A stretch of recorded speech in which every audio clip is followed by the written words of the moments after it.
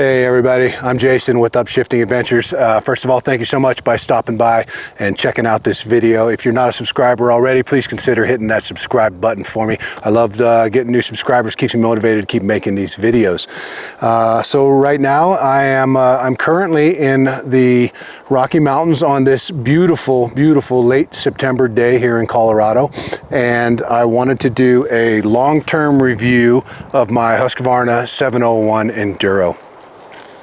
So I've had this bike for a little over a year now, and I've got about 2,000 miles of riding on it. So I guess you can say I've put it through its paces, and I have enough riding time now to really be able to say what it's good at, where it struggles, if it struggles at all.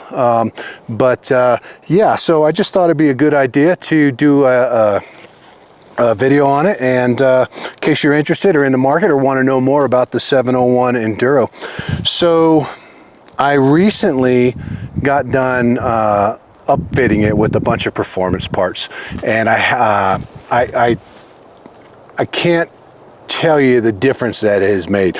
The 701 was already a fantastic trail bike, dual sport bike, if you will. But now with the upgrades I've made, it is even that much better.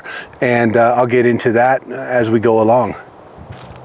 So I think the first thing I want to do is talk about the limitations of the motorcycle, and there are very few. But that being said, is this the best single track motorcycle ever made? Nope. Is it the second or third best single track motorcycle ever made? Nope. But it is very single track capable, I'll say that. Now when you're riding this on single track, you are going to feel the extra weight. This thing is, it's over 400 pounds. So, compared to a 250 or a 450 or, a two-stroke dirt bike, you are going to feel this weight on the trails 100%. That being said, though, it is very capable. It's just not going to be as fast or nimble as, bikes specifically built for single track kind of riding.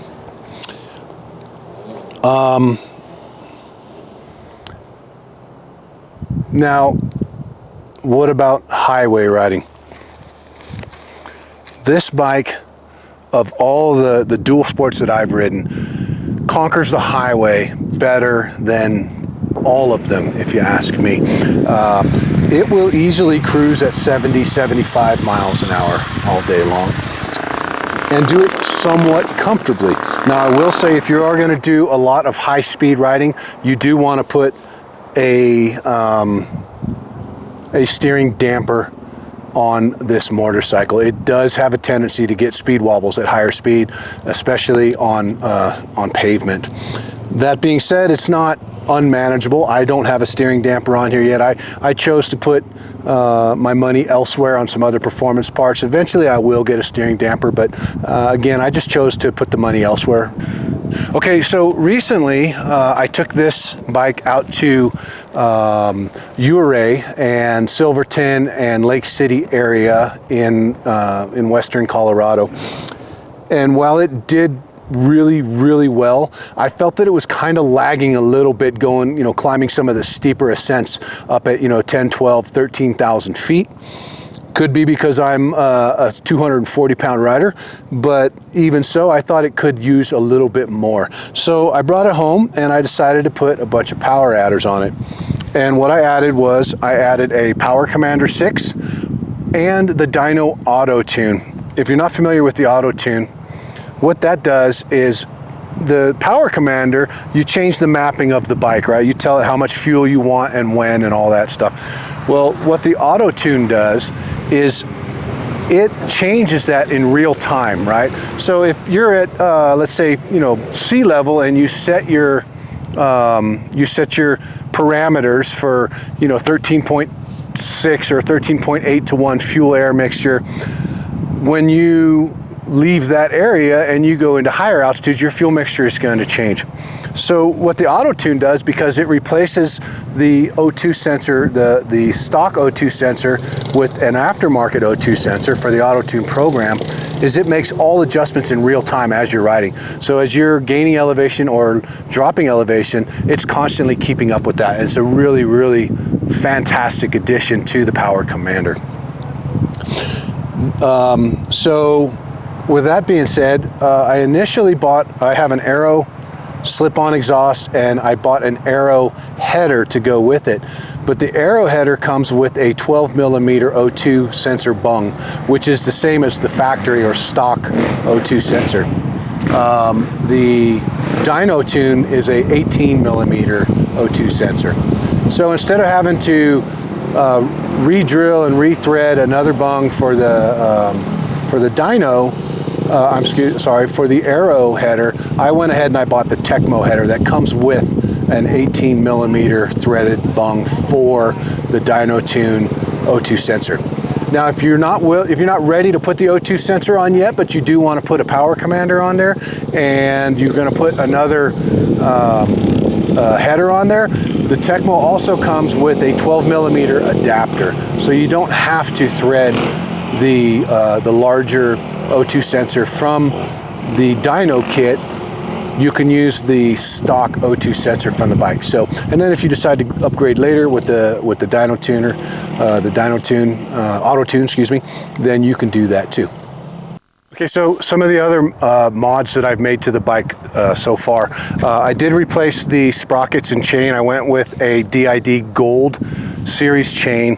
I added a super light front sprocket, factory teeth, and I put a Dirt Tricks 48 tooth rear sprocket on the bike. I went up 2 teeth. I found that when I was up at the higher altitudes, coming around tight switchbacks and on steep ascents, it wanted to bog down on me. So I went up 2 teeth to kind of, fix that a little bit, and it has so far really worked well. I've put some Van Esch foot pegs on the bike, along with the Van Esch brake and shifter, and I also replaced the factory fuel filler with a Van Esch billet aluminum filler also. It's just easier to not have the key. Also, the original fuel filler, it got a lot of junk down around the filler cap that would eventually, could possibly get into the gas tank. So, and let's just face it, it looks a lot better too, right? What else? So I've got these Outback Motortech crash bars on the bike, which have come in handy a couple of times, I'll tell you that. And I took the bike in, well, I took my forks and my shock in to my suspension guy in Denver and had them revalved and resprung for my weight, and that has made a significant difference. If anything's lacking, I'd say the WP shocks and forks that come on the 701 Enduro. They're not the greatest, they're still pretty good, but with a little bit of work, you can make them something that you can really work with. So I'm really happy with that. I've also added a skid plate, and so the bike came factory with TKC 80s, which I'm just not a fan of them. I put the Dunlap 606s on there, and I like them a lot. They're really good in the dirt, pretty good on the street. They're not going to last as long as some other tires, but I'm super happy with them. They're not expensive enough that I don't mind just changing them out whenever the time comes to change them out. All right, so where do I think that this bike really excels? Honestly, I think, in my opinion, this is the perfect dual sport motorcycle, all right? Now, it's not the perfect do everything motorcycle because there's no such thing. But sticking within the dual sport realm, this bike is it, if you ask me, all right? So going down the highway for longer stretches, let's say 60, 70 miles at a time, very doable. I'm 6'4", about 240 pounds. The factory HUSQVARNA seat, much like all factory seats, it sucks. I replaced it with a Seat Concepts tall seat, but what I really like about it is you can see in the back here, it really widens out as compared to the thin cut of the factory seats. So where it gets nice and fat here, you can just kind of sit on it, sit on the back, relax, and go down the highway at, at a 65, 70 mile droning down the road, and it's quite comfortable actually. The factory seat, no way. But if you're willing to spend a few extra bucks, upgrade to a good seat for the bike, it will take you down the highway or the road pretty comfortably for, as long as you want to go. Now, I will say when I changed out the rear sprocket, and I don't know if it has more to do with the power commander or the 2 teeth bigger rear sprocket, but the bike now at 70 miles an hour feels much more smooth than it did factory. In theory, having a bigger rear sprocket, it should wind out faster. I should be running higher RPMs at the same speed, and it should be vibrating a little more. But it's not. That's all I can say. Now, it may be the more accurate fuel control that I got with the power commander, but now when I go down the highway at 70 miles an hour on this bike, it's very comfortable. It doesn't seem to be vibrating at all. I really, really like riding it on the highway now. I'll always choose either my Super Duke or my GS Adventure for longer stretches of highway, but to get to good off-road riding, this bike is about as comfortable as I've found, okay?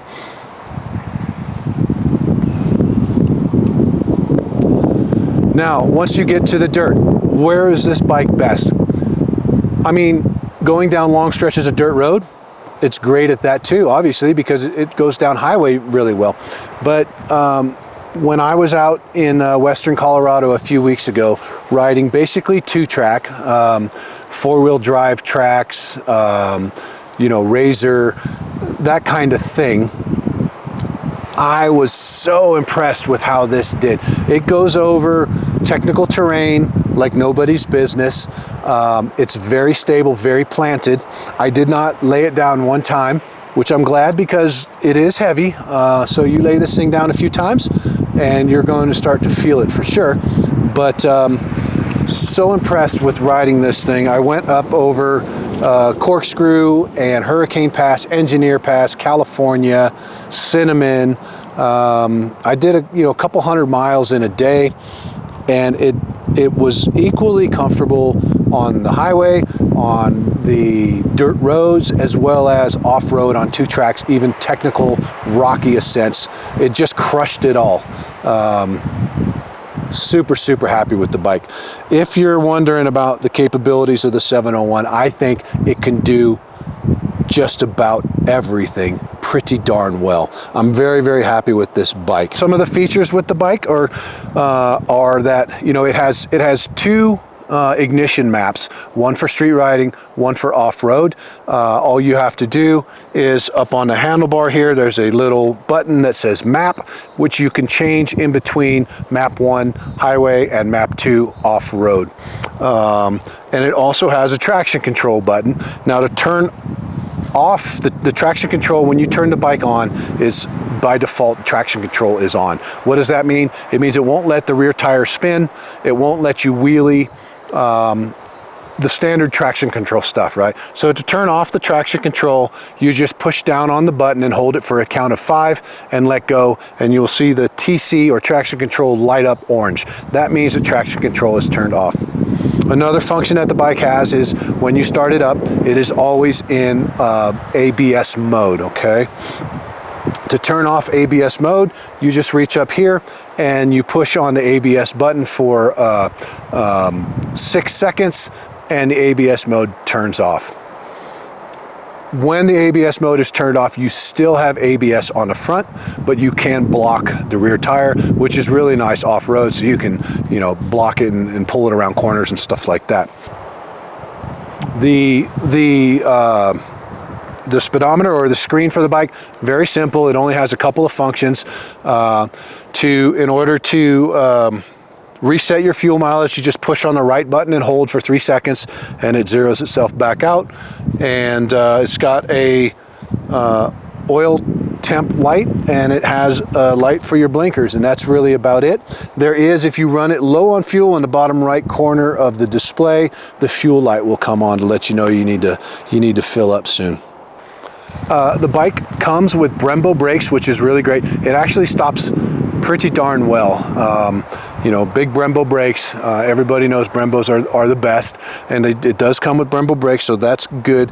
I have found that the clutch, the factory clutch on this bike, I found it to be quite easy to use, quite smooth. A lot of people complain about it. I haven't had any problems with it at all. But you know, to each his own, I guess. Now, the one thing I really love is this new Aero exhaust with the Tecmo header. It sounds absolutely amazing. I'll let you take a listen to it here. Oh man.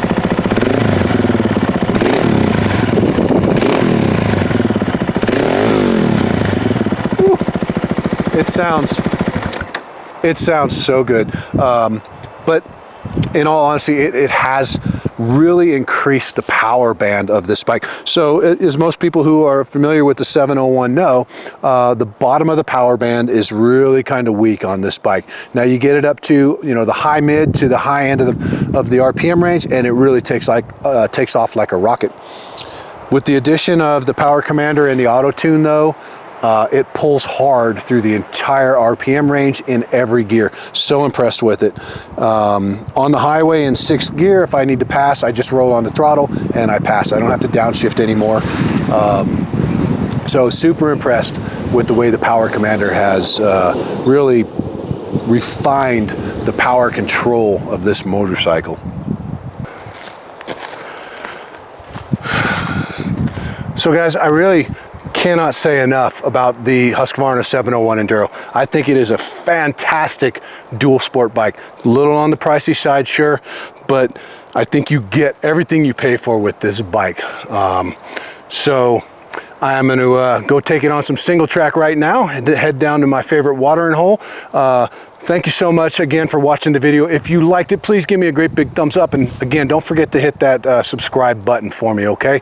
And whatever you're doing, I hope you're doing it well, and I hope to see you on the road.